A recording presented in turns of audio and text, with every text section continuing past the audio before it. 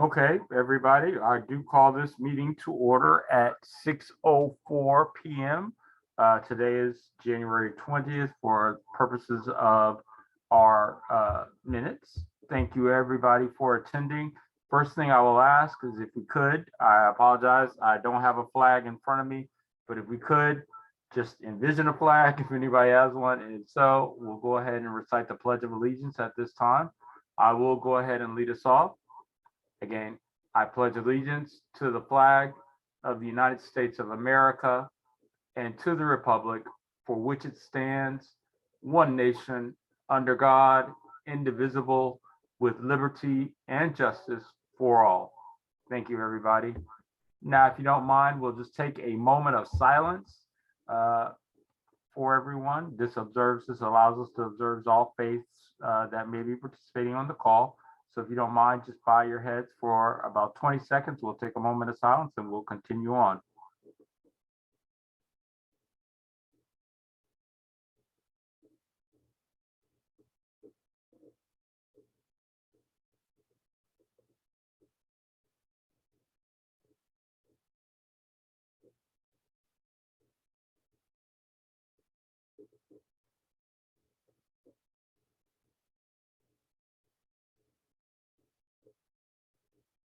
Thank you for that, everybody. We'll go ahead and get started with today's meeting. First off, what I'd like to do is, if I could, we have a few, welcome everybody to our first meeting of 2022 for the Escambia County Democratic Black Caucus. For those of you all unaware, we are recording the meeting. As we always do, we're also live streaming on Facebook. So if you have any friends, relatives that are interested, please let us know. We're more than happy to send them the link of the recording, or if they want to join us or watch it on live stream through on Facebook, they can do so at the Escambia County Democratic Black Caucus Facebook page. All right, we'll go ahead and get started. Again, welcome to everybody. Can we start with just some introductions? What I will do is I will go on the order of the screen that I see it on my side. Let me start with myself. We'll go through the officers first, and then we'll move on to our general membership and any visitors that we may have. First off, we'll start with our first vice president. She's on the call. You may have heard her already. Our first vice is Sandra McCrary. I'll start myself. I am second vice president Derek Scott. In absence, we have our president, Fred Gant. Our treasurer will be joining us here momentarily. That is Barbara Petty. And our secretary, Tammy Holly, will be joining us as well momentarily. Okay, if I can start with Ms. Scott. I'm Linda Scott, a member, and happy to be here. And I wish everyone a happy new year. Thank you for that. Okay, we'll go next to Mrs. Dillon. Good evening, everyone. My name is Mary Dillon. I'm a member, and it's good to see you guys tonight. Wonderful. And just in time, I'll wait just a few minutes until he's able to connect to audio. We'll skip our president for just a moment to give him time. Escambia Democratic Black Caucus, for those of y'all who see it, it is just the main account, but it is also me. So I won't introduce myself twice, just FYI. Okay, Fred is our president for the Escambia Democratic Black Caucus is joining us. Fred, we can hear you, Fred. Can you hear us? Can you hear us? Okay, he may not be able to hear us, so we'll continue on. I do see that we may have someone, at least I'm not familiar with, Miss Ava Floyd. Miss Ava, if you could introduce yourself to the rest of our membership, greatly appreciate it. I'd like to say good evening. This is my first meeting, and I've been invited by Frederick Gant, and I am an interested party sitting on the sidelines at the moment, and will make an assessment about where I can best serve. So I'd like to say thank you for having me. And thank you for joining us. We appreciate that. Welcome to your first meeting, and certainly for us for 2022. Hi, yes. Can you hear us?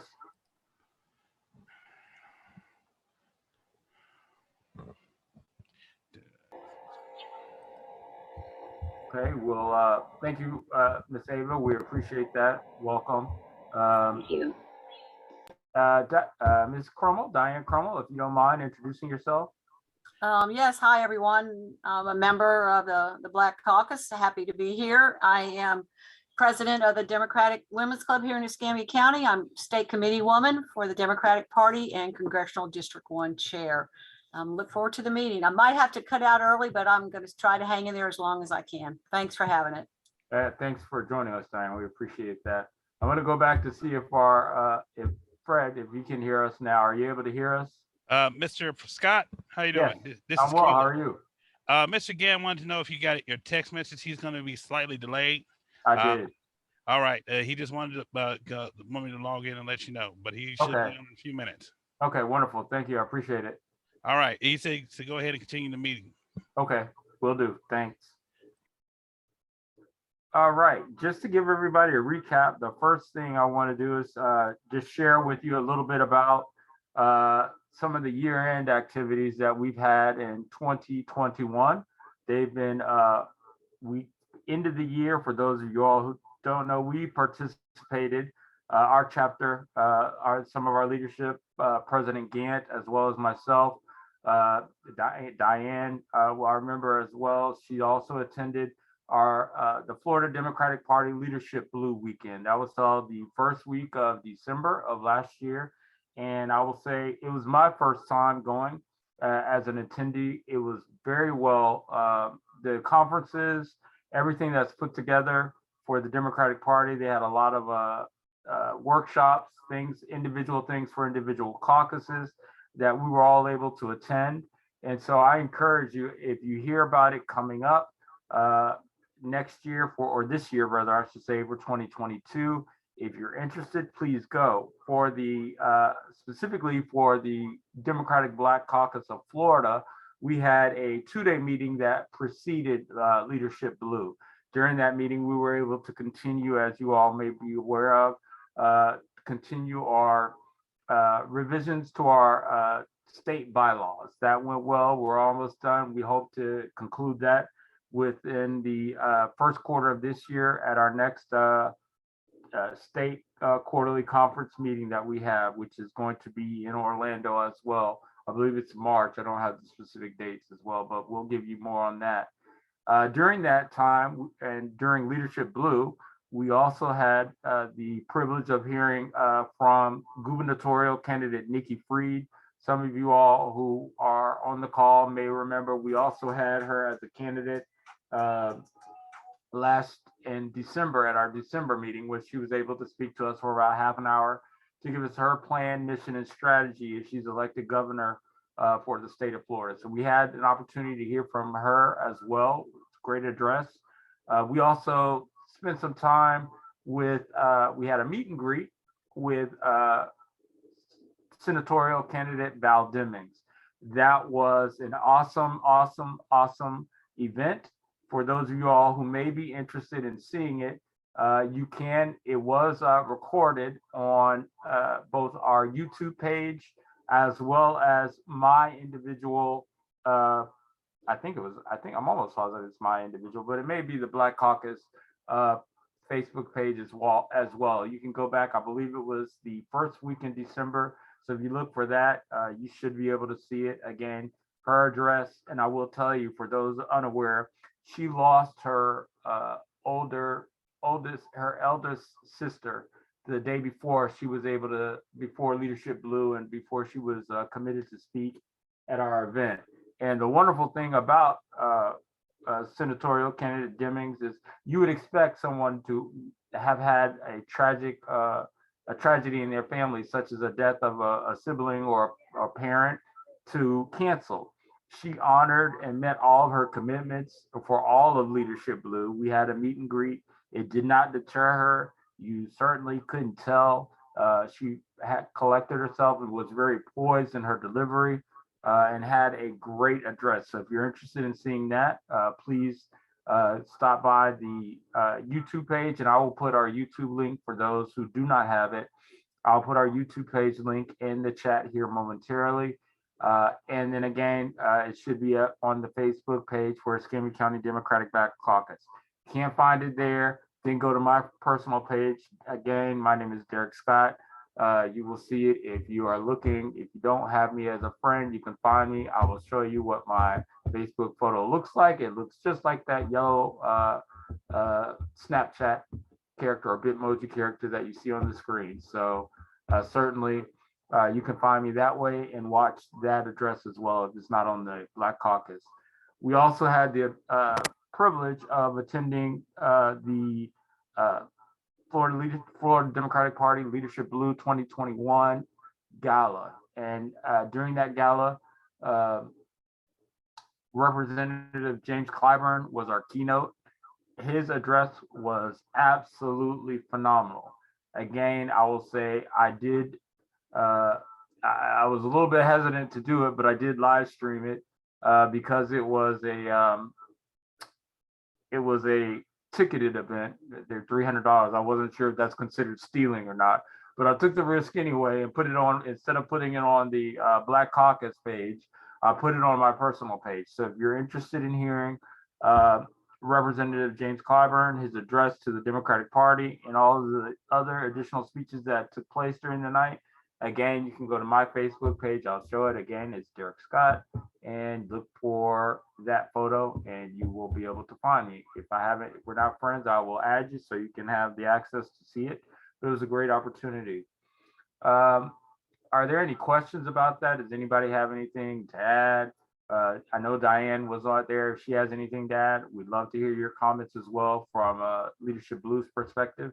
Yeah, I'll real quick have to add to it too, Derek. You know, I'm grateful for the opportunity to have attended because it's always an opportunity to learn and to meet and to build on current and build new relationships across the state, which is really important as we try to build coalitions and try to get things done. More importantly is to have our concerns heard about representation up in the Panhandle. As over the many years I've been going to state meetings, they tend to discount us up in the Panhandle. So it's really, I'm with you, Derek. You know, I like for as many folks from the Panhandle, you know, to go. Not only is it very informative, it's actually fun. You know, we actually have a good time too, right, Derek? I mean, it was fun. The gala was fun. I mean, James Clyburn, oh my gosh. The one thing I'll say is I did tell them they saved the best for last, but by then people were so tired of hearing all those people that went before him. I was really disappointed that a lot of people had left before he spoke, because he is indeed a very powerful and moving speaker. So I was really glad for that opportunity. But yes, I really encourage folks to, you know, we've got to get through this COVID and you know, with, you know, the good Lord willing, and, you know, people getting COVID shots and stuff, hopefully that we will be able to start attending and going to more of those meetings. So I absolutely think so. And it will give you a more, some of the meetings will give you a little better understanding of the inner workings of the Florida Democratic Party. The budget was mind-boggling. I sat through most of it. And, you know, and I was thinking that we were going to be there for days, you know, but thankfully they ended up because the budget committee had, you know, recommended that we all vote and accept it as a central committee person. I'm on the central committee and I get to vote. I was so grateful. I just thought we would be there for days, you know, dissecting it. But you know, it's got its plus and negatives. A majority of the money that is allocated in the budget, you know, goes to you know, to running the organization itself. But we have to keep in mind too that, you know, now we have Cindy Martin here and we have other people that we are paying. So a lot of the budget goes to for payment of staff, but we need that. We absolutely need that. And I was grateful that they have allocated, you know, a good bit of money, and we are seeing the fruits of that labor right here in Escambia County. So everybody should try to go. I'm with you, Derek. Go to the meetings. Yeah, thank you. For those unaware, Diane has the great privilege, and she is our wonderful state committee woman for the Escambia Democratic Party. So she does go to our meetings. She represents us very well at our all the statewide functions that we have. So thank you, Diane, for that. I wanted to give an opportunity. I see our treasurer has joined us, Barbara Petty. If you would, Barbara, if you don't mind, just introducing yourself to those on the call.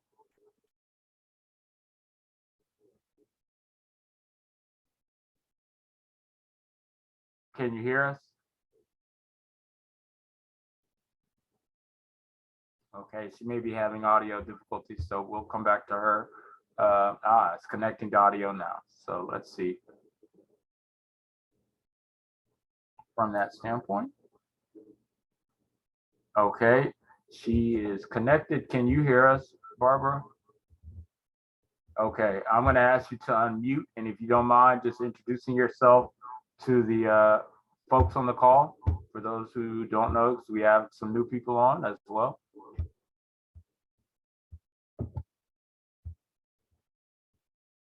It's a little microphone in the bottom left-hand corner of your phone.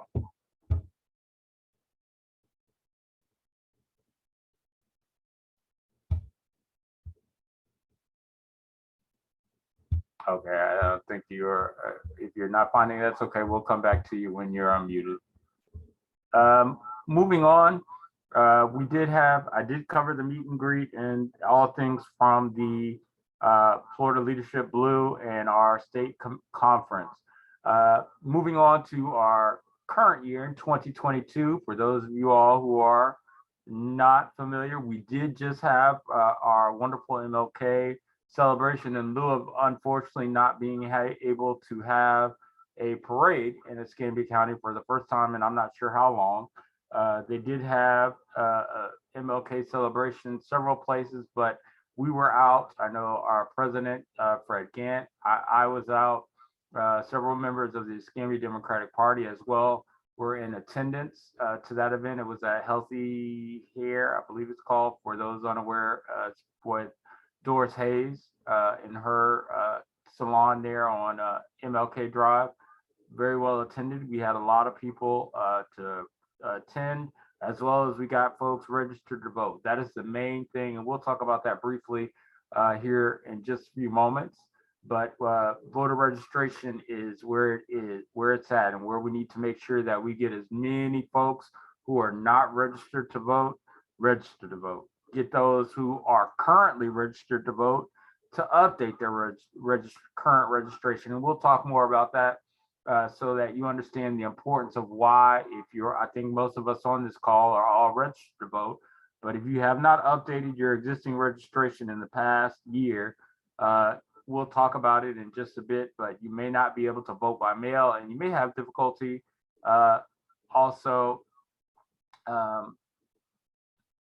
voting at the poll itself, but we'll talk more about that as well. I'm going to turn it over, if possible, to First Vice McCreary. I don't know if you're able to join us now, if you're still on another call. If not, I'll continue on.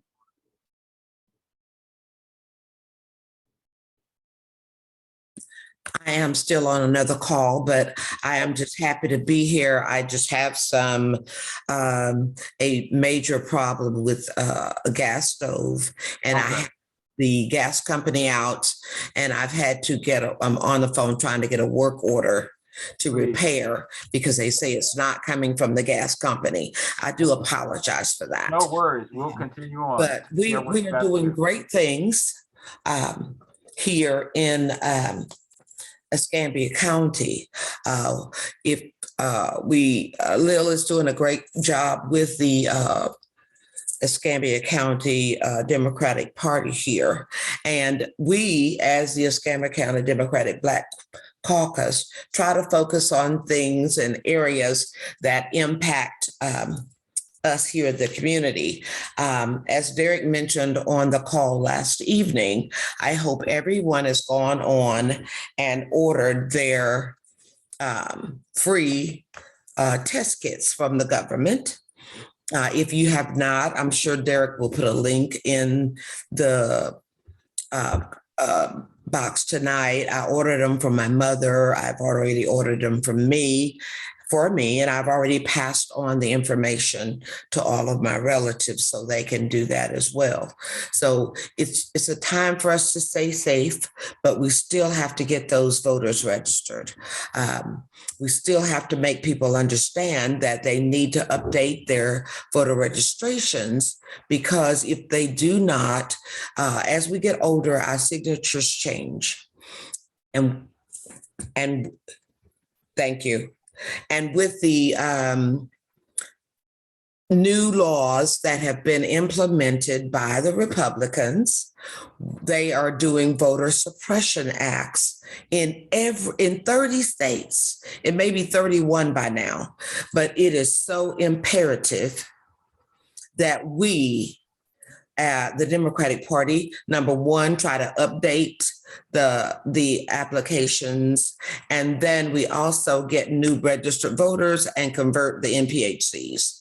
So I've got to go back to my other call real quick. That's all I have to say. Thank you. Thank you. Thank you, First Vice McCurry. We'll go ahead and segue into that, as we've now started. It's a great lead into voter registration. For those unaware, again, as we've already alluded to, the voting laws, particularly in the state of Florida, have changed. If you go back to the election in 2016, the state of Florida was touted as having one of the most secure and safe election processes known to the United States, and there was no issue, no problems whatsoever. We fast forward to our most recent election cycle with the election of our Democratic President Joe Biden. Now all of a sudden we have issues. So the state legislature has enacted a lot of legislation that have changed the way people can vote. A lot of it is impacted with vote by mail, but those who also go to the polls are impacted. What ends up now, the new law, and I'll just summarize it in a nutshell, there's got to be a two-way match between the signature that is on your voter registration and the signature that is on your driver's license. Going forward, they will be checking that as you go to either request a vote by mail ballot or go to your poll to vote in person. They will be looking for that. If they don't match, you're going to run into a problem where you're not able to vote, or you may be able to somehow, depending upon what polling location you are, get them to provide you with a provisional ballot. But the likelihood that you'll be able to cast your vote on the day that all of our votes are actually counted and democracy works at its best, you may have difficulty with that. In addition to this, for those of you all who are registered currently, you may say, well, why do you need to register, update your registration? I'm already registered. I was able to vote by mail successfully in our last election, or I was able to vote successfully at my respective polling location. Now, because of the existing legislation, in addition to that signature match, they're also requiring to make sure that you have on record your social security number or your driver's license number or your state ID number or your voter registration ID number. You would think, okay, well, I'm good because my driver's license hasn't changed. It's been the same. The number has, we're good to go. Not at all. Prior to 2006, that information was not collected. So if you registered to vote prior to 2006 in the state of Florida, you don't have that match. You don't have your driver's license or state ID number. You more than likely don't have your social security or the last four of your social security number. You likely don't have your voter registration card ID number. None of that information was collected. So when you go to request your mail ballot this year, they'll ask you what is the proof of identification did you provide to match? You're gonna look at like, I don't know. You'll try to give them your driver's license number. Guess what? If you registered prior to 2006, they don't have that. So they're gonna say, no, unfortunately, I'm sorry, you're not able to get your ballot. You can try your last four of your social or your entire social security number. Again, they don't have that information. So they're going to say, no, I'm sorry, you're unable to vote. This is going to affect those that are voting by mail, as well as people who are going to their polling location to vote. So in order to prevent any disenfranchisement, that any more disenfranchisement that has already taken place, everybody should go and update your voter registration. If you need help with doing that, please reach out to one of us on the executive board. You can contact anybody in the Escambia Democratic Party. If you are out and about, the Escambia Democratic Party, Diane mentioned Cindy Martin. She is doing a wonderful job of getting individuals, and her staff and her team are doing a wonderful job getting folks updated as well as registered to vote. You can find them and us at some of the locations. If you are out and about at Grocery Advantage, any one of the, I think there are 5 locations, maybe 6. Any one of them except the one on Lillian Highway and New Warrenton Road. There's one on Pace Boulevard, which used to be the old barns at the back entrance of Baptist Hospital. There's another on, I believe it's Olive Road somewhere, or Davis and Olive, I'm not sure. But you can look it up and find it. They're there all the time. If you love those wonderful dinners, you say again? You're very correct. It's Davis and Olive Road. Olive Road. If you love, like me, going to get dinners from Inglewood All-in-One, there is always somebody sitting there as soon as you walk in to Inglewood All-in-One to get you registered to vote. They are all over the place. You can reach out, like I said, to the Escambia Democratic Party. We can get you connected. You can go on the website for, I want to say it's Escambia, I don't know the end of it. I know it's not .com. I want to say it's .gov, but I'm not 100% certain. You know what? Never mind. I can tell you in just a second here. It's escambiavotes.gov, and I will put that in the chat.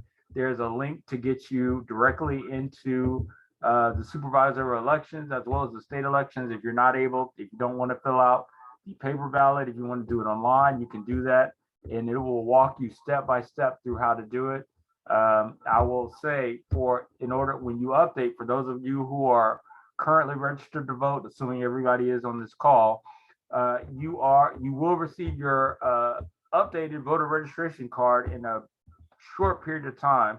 I'll use Linda Scott as an example. I was able to do hers electronically through the same website, and I believe it was she had hers. We did it on I'll call it a Thursday, and by that Saturday, she had already received it. So it came very quick. It's an easy process, nothing that you need to do. You just are doing so to include your driver's license. My recommendation is to include both your driver's license number or state ID, as well as your social security number on the form, so that way, if you forget which one, they have both. So there's no excuse for them to deny you access to the poll, either by vote by mail or at the polling location that you typically vote at. Are there any questions that I can answer? Again, I'm going to go ahead and put the Escambia website as well on the in the chat, so everybody will have that if they need it, if they need to have access. And certainly, again, we can walk you through the process. If you have questions, you can reach out to one of us.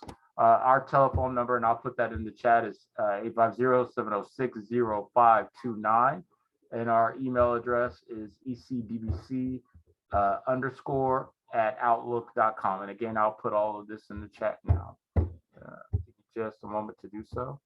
Are there any questions that I can answer at this point? Any comments?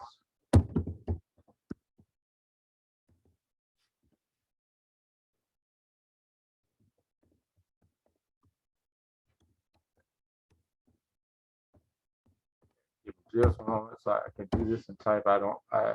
Not the best multitasker at this point.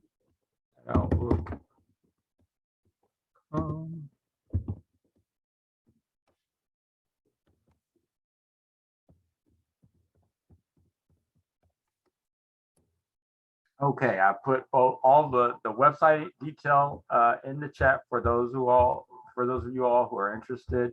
Our email address, ecdbc_@outlook.com, and our telephone number 850-706-0529.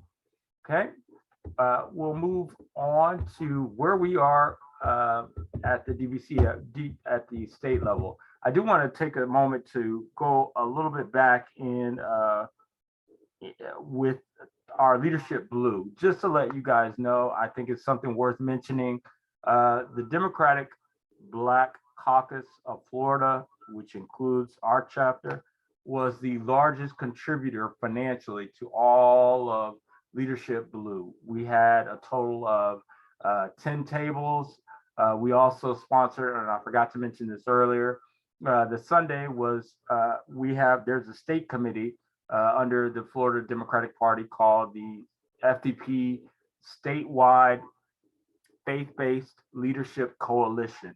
And they had our first annual interfaith prayer breakfast. We had, I forget her name. It'll come to me in just a moment, but she was the season 6 winner of The Voice. She performed. We also had another individual that currently sits on our committee. I'm also a part of the committee, so it's chaired by Dr. Karen Green, who is an appointed vice chair for the Florida Democratic Party. It was a huge success, and with that, we were also able to have our DNC speaker, Bishop Green, who is a member of the DNC, the Democratic National Committee for the U.S. So he is the one. For those of y'all who do not know who Bishop Green was, he was the one who was responsible essentially for securing the state of South Carolina to Biden, which ultimately brought us the election win there. So he was there, he was able to speak. And so I just want to give ourselves a pat on the back because, like I said, we were the the largest contributor to all of the financial income that Leadership Blue brought in for 2021. So I think that goes with, that's a good thing. We had, and those tickets were $300 plus. Like I said, the the state DBCF donated or co-sponsored the Sunday event, which was an additional $2,000 that came into the Florida Democratic Party. So we did our thing. So everybody should be proud of the efforts that took place into that. Now, having said that, we cannot continue to do these things without all of you. I think most of you have already done so, but I will say we are currently in our membership drive. Everybody who is currently a member, we need you to go ahead and update your membership. Again, if you need information on how to do that or the application, I didn't mean to say update. I meant to say renew your membership. For those of you all who need information to do that, I can send it to you. Again, please reach out to us at ecdbc_@outlook.com, or you can call us at 850-706-0529. And certainly we can get you an application for you. I will try to, if I get a second, I will try to post one in the chat so people have it. It will give you the details on how to join or update your information, renew your membership. For those unaware, membership dues are a little different than they were last year. For those who have reached the prime and are living their best lives in their senior years, those 65 and above, the total is going to be a total of $30. That is $15 that goes to the state Democratic Black Caucus of Florida, and $15 for local dues. For those who might be students currently enrolled in a continuing education course of some type, whether it's college or four-year university, Pensacola State, advanced, any type of certification, any type of continuing education cost, that same pricing applies to you as well. So that will be a total of $30. $15 goes to the state, 15 goes to our local dues. And for everybody else, which I'm not sure anybody falls in this category, but little old me, the total is going to be all worth it, a total of $50. That is 35 to the state and 15 to our local dues. So everybody else has, certainly if you reach your prime, I salute you because I wish I could pay the $30. Unfortunately, I paid 50, not because I don't want to, just because I'm cheap. But from that standpoint, I welcome all of you all to make sure that you send in your membership applications. And again, I will try towards the end of the meeting, if you give me a moment to pull it up, I'll see if I can include it in the chat for us as well. If not, again, you can reach out to us at ECDBC @. It's in the chat, but for those of us who are watching it on live stream and don't have access to the chat, ECDBC @outlook.com or 850-706-0529. Both of those will give you direct contact to one of the members on our executive board, and we'll be happy to forward that application out to you. And the instructions on how to mail it back certainly are included on the back side of that. Are there any questions on that? Comments? Okay, we'll move on to some of the exciting things that we have going forward that we should look forward in 2022. Yep, Diane said she's not there yet, so she's she's with me. We received Diane, so now there are two of us that have to pay the $50 on the call. So with that, we'll move on to our 2022 expectations. I think we ended the year successfully with our focus on our gubernatorial candidates. For those unaware, we had Charlie Crist, I believe in September, I think it was the month of September, who came and addressed the body on what his plans were. And as I mentioned back in December, we closed out the year with gubernatorial candidate Nikki Fried. We are now in 2022, and now that we have done that, we are still going to continue to focus on candidates. We will try our best. I know senatorial candidate Val Demings is in high demand, but we will try our best to make sure that we are able to get her included. And I'm going to stop for a moment because I see that Diane has her hand up. Diane? Yes, I'm just wondering if you're going to get Annette Tadeo to come speak. Yeah. So we Got are her thinking of scheduled. that. Yeah, we Okay, are great. going to reach out to Annette Tadeo to make sure that we have, we give everybody who is running the same opportunity to address the body so they can outline their plans for their next for the campaign should they be elected to office. So If this you need gives us- some help with that, Derek, if you need some help setting that up, I can, I certainly have connections with her. and Okay, happy to- if you have connections to Annette, yeah, I would love that because I don't know how to reach her. I think I everybody's do. gotten everybody else, but she is Yeah, the you one can that get I with don't me know. at a later time and I absolutely can give you that. So Will do. great. Will Okay, do. thank you, for Derek. that. Thank you. Okay, yes. Can you spell her last name, please? Annette's name? Tadeo, I believe. Got it's Annette, ANNETTE, Tadeo, TADDEO. Okay, thank you for that. You're welcome. I knew it was a different spelling. PADDEO. No, T as in Tango, A Alpha, D as in Delta, D as in Delta, E as in Echo, O as in October. Thank you. Derek, before COVID came into, I'd been speaking, trying to get Val Demings to come to Pensacola. So myself and some other folks were working to try to get her to come to an event. And we were looking to have it at the Improv. However, with COVID and everything, we're just, we're uncertain. And now, of course, everything is kind of crazy, but that's Right. still, I'm hoping that sometime in the very near future that when things do calm down, that we could have an in-person event where and get Val to come here. So I just want to give you a heads up that I've been speaking with her, with the people in charge of Annette's campaign as well. Thank you for that. I mean, Diane. not Annette, Val Demings.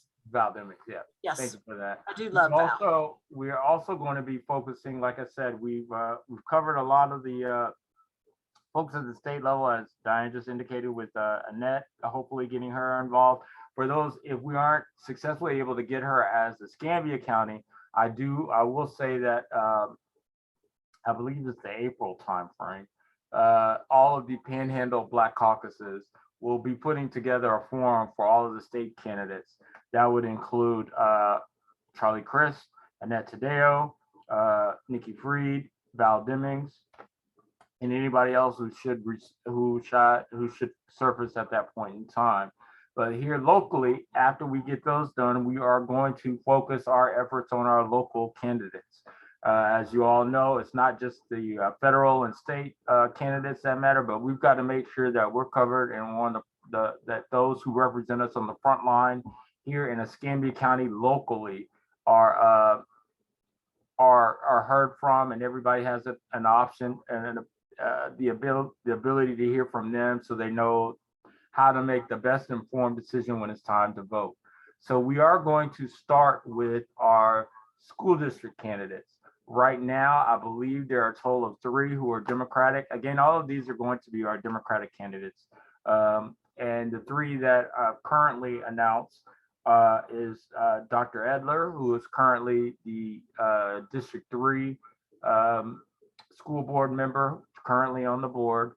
There are 2 additional challengers who, those of y'all who don't know, one is David Williams, who is the most recently retired principal of Pensacola High School. And the other individual is a gentleman by the name of Kelsey Powell, who used to be a teacher in the district. I now think he's an adjunct or a professor at PJC. I'm not sure what his status is at the moment, but he has also declared his candidacy. So we are going to be focused on those candidates. Then we'll move on to those who have also announced or declared their candidacy for the primaries, which would be individuals like Rebecca Jones, Peggy Schiller, who are running for District 1, Francine Mathis, who is running for State House Rep seat 1 or District 1 as well, and so on and so forth. Mayoral candidates and anybody else who is declared. There are a few. I think we're still waiting on the official announcements for some, but those individuals will be working to make sure that everybody in the caucus and everybody in Escambia, it's not just those of us who are members. We open the doors just like we have in the past to everybody who is in Escambia County, for those who are interested in joining and or who are interested in hearing about the candidates. It's a good thing for everybody to know who they are, so they can make the most informed decision at the polling time. I want to circle back. I want to make sure that we're all aware. We talked about Escambia County Democratic Black Caucus and our membership. One of the things you do see that is Escambia County Democratic Black Caucus, but I want to make sure that everybody is aware on the call is that our membership is not limited to just people who are of the African persuasion. We have everybody. Certainly can't tell. Diane is not a person of color, but she has been a faithful member for many years. She actively engages and participates. We have a lot of members. So certainly we also have our state committee man, Brian C. Steen, who is also a member. There are people, our most, Phil, don't want to say his name wrong. I always get it wrong. Phil Ayer, thank you.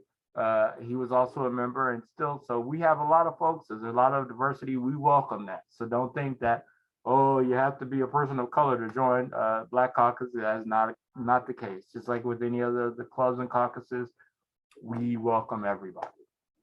So with that, what I would like to hear for those of you all who are on the call, and I'll just open it up as a free forum for 2022. I know I've talked about making sure that we have access to the candidates so that everybody can make the most informed decision at the time for when it's time to vote. But I want to hear from you guys. How can we make this the most engaged and active Democratic Black Caucus in the Panhandle in the state that we can, so that it benefits you all as members and things that you all would like to hear. So I'll open the floor for anybody if they have any comments, suggestions, areas of opportunity or areas of development that we can work on as an executive board, as a chapter. I'd love to hear from you guys.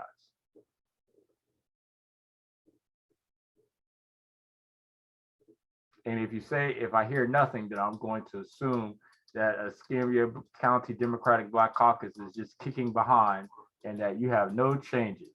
So please, it's an open forum. You won't hurt any of our feelings.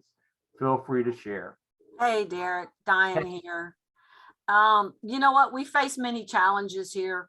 And I just have to say, as president of Democratic Women's Club, I believe that that COVID is our enemy in so many fronts, in so many ways, because it keeps us from being, I was actually registering voters when you were over at Doris's at her hair place. I was over at Grocery Outlet, but that's the first time I've been out, with COVID, feeling safe and, my mask. But I think that COVID is our enemy right now and preventing us from being more present and having in-person meetings. I believe that the in-person meetings allows us to come together as an organization, and it gives us the energy collectively to get excited and to want to get things done. So, I believe that, as soon as we can safely, we're going to go back to in-person meetings when we feel it's safe. But, we don't want to jeopardize anybody's health because, everybody's life is so precious. And Derek, I know you feel that way too about COVID and that, we just have to, I would not want to risk anyone's life by having in-person meetings, but, hopefully eventually we will go to that and that we can start doing things, including going to Tallahassee, and going up there to lobby for things that matter to us. But as far as, getting people more involved in our organizations, I think it's just going to take visibility, the actual visibility, like you were out there, with the Black Caucus this past weekend. I think that's what it's going to take. People miss that. They miss those activities. So I think we really need to look to expand more outdoor events.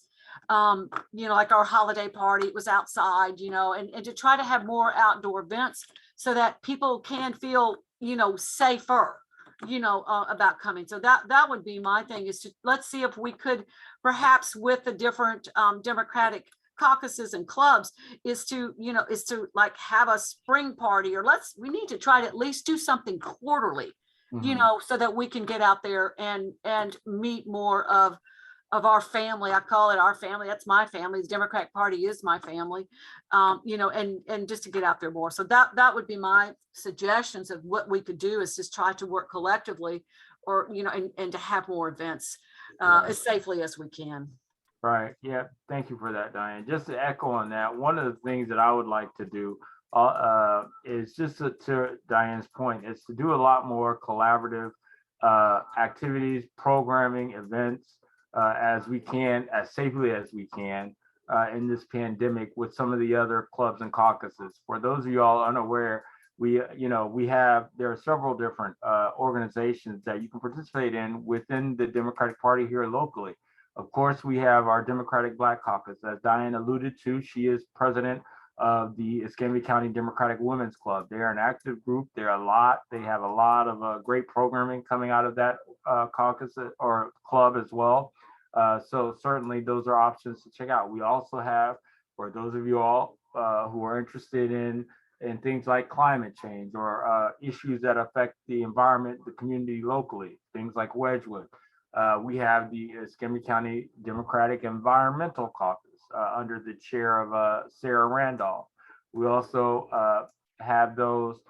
We have the Emerald Coast Equality Caucus, which is our local caucus that focuses on issues related to the LGBTQ plus community. So we have those, and then we have our Democratic Executive Committee, or what I call the Escambia Democratic Party. I encourage all of you all, if you do not currently sit on those calls on our meetings, we meet the third Tuesday of every month. Unfortunately, we just had our meeting this past Tuesday. So we missed the month of January, but coming up in February, it's third Tuesday, I believe it's I want to say the 15th of, no, that doesn't sound right. Bear with me just a moment as I take a look at my calendar. Wait a minute. No, I am right. It is the 15th. Yes, it is the of 15th. I February. just checked as well. It's the The 15th. Yep, the 15th of February is our next meeting. We meet the Democratic Executive Committee, or Escambia Democratic Party. They meet at 6 o'clock every third Tuesday, and you can reach out to one of us. Like I said, we'll be happy to share the link for that meeting. We are, as Diane alluded to earlier, we are still practicing virtual meetings. So most all of the clubs, caucuses are still meeting via Zoom. So certainly you feel free to attend if you can. And I'll defer to, I believe that is our first vice, Sandra McCray. It's your hands up if you'll unmute. Absolutely, Derek. Where I think, considering that COVID is going on right now, and I had to switch from computer to phone because I have another 7 o'clock. But anyway, yeah, my family think I'm crazy. But anyway, the biggest issue right now is the difference between the number of registered voters that we have and in Escambia County, and the number of Republican voters that we have in Escambia County. We have a large number of non-party affiliates, people who, and that's where our focus needs to be, along with those who have been purged off of the list. Therefore, people don't realize that they've been purged. So there is calls being made for those who don't want to get out into the COVID environment. You can call people who are Democrats who have been purged from the roll and they don't know it. And then we hook them up directly to the supervisor of elections and they can re-register. They have officially not voted in the last 2 elections, or some other glitch may have occurred, but they are officially off the list and do not know it. So I invite us to work on those 2 issues specifically for those people who do not want to get out into the COVID environment. That is 2 areas where we definitely can make a safe impact and will do a lot of difference to increase the number of registered voters that are Democratic in our county. Yes. And for those of you all unaware, by purge, our first vice, Sandra McCrary, just alluded to the way voters are purged is, like she said, they have not voted in the last 2 election cycles, or something, some mail out regarding whether it was a vote by mail ballot was sent to their address and it was returned as a invalid address, or the person had moved. Those are Correct. Correct. To purge individuals off of the list. Right now, there are more Democrats being purged off the list than there are Republicans. So we need to make every effort. That's why I say, for those, who think that they are registered to vote, please make sure you pass the information along to make sure that they update their registration. Again, if they need to reach out to one of us, they can. We have a direct line where we have the Escambia Democratic Party, Black Caucus, Women's Club, all of the clubs and caucus are engaging in this voter participation effort to make sure that we get those who have been purged, reactivated, those who are may have not yet updated their registration, updated, and those who are still in that NPA, get them to actually declare Democratic and get them to vote Democratic, and as well as newly registered new voters to our area as well. We just want to make sure we don't miss any mark or any opportunity to make sure that we secure a sound election upcoming. Because if you didn't know, Republicans are out and about, even in COVID. They have not stopped knocking on doors. They have not stopped reaching out to folks. And, you know, they, unfortunately, I will say they do a great job at hammering a narrative, whether it be false or true. They continue to hammer the same narrative. And we've got to make sure that we put our best efforts forward to make sure that we counter that and have a successful election like we did in 2020. Are there any other, I don't want to keep us too much longer. Are there any other comments, suggestions, thoughts? No thoughts, but did you elaborate? I'm sure everyone has heard about the test kits and just, you know, and also about mask Yeah, distribution. thank you for that, Scott. Sorry for those of y'all who don't know, it's hard to be a little formal when that's your mom sitting here talking to it, but I try to keep it as professional as possible. But thank you, Mom. What I will say is a good transition to that. It was next on my agenda, just to let everybody know. I did put it in the chat earlier, but for those of you all who are watching on the live stream, back last week, the White House announced that everybody, each household in the United States is eligible to receive for free up to 4 COVID home tests. That allows you to self-test at home. You'll get your results in the time frame. Those you can go to covidtest.gov to order your COVID test as you see fit. Again, it's 4. They're shipped by the United States Postal Service. They take about 7 to 12 business days to arrive. Now you may be thinking, well, if you had an exposure and you're unsure, 7 to 12 business days is a long time to wait to determine whether or not you are positive for the COVID-19 virus. Well, the same website, that's covidtest.gov, covidtest.gov. You can go on there, and there is an alternative to go in to purchase at home or self-test through your local pharmacy like CVS, Walgreens in our area. And they will walk you through the steps on how to be reimbursed by your insurance provider. If you have insurance to Obamacare, or if you have private insurance to your place of employment or your employer, or whatever your insurance status is, you are eligible for reimbursement for those at-home tests. I think at this point, to buy one out of the local pharmacies running in excess of $100, which is a lot.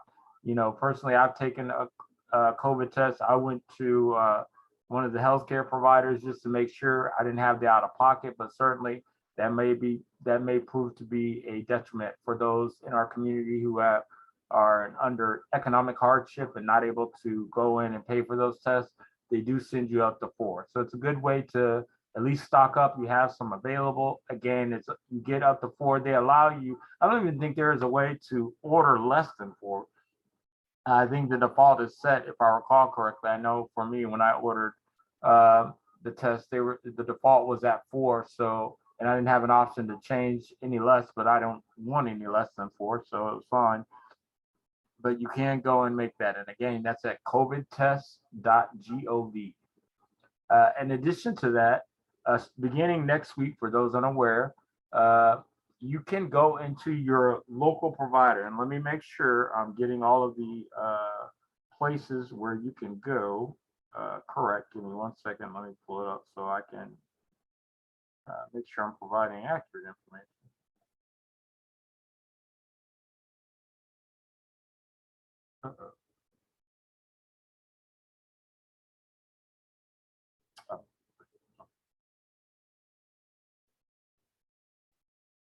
So starting next week, they're passing out free N95 masks at these participating retailers: CVS, Publix, supermarkets, Southeastern grocers, which includes Winn-Dixie, Harvey's, and Fresco E. Moss.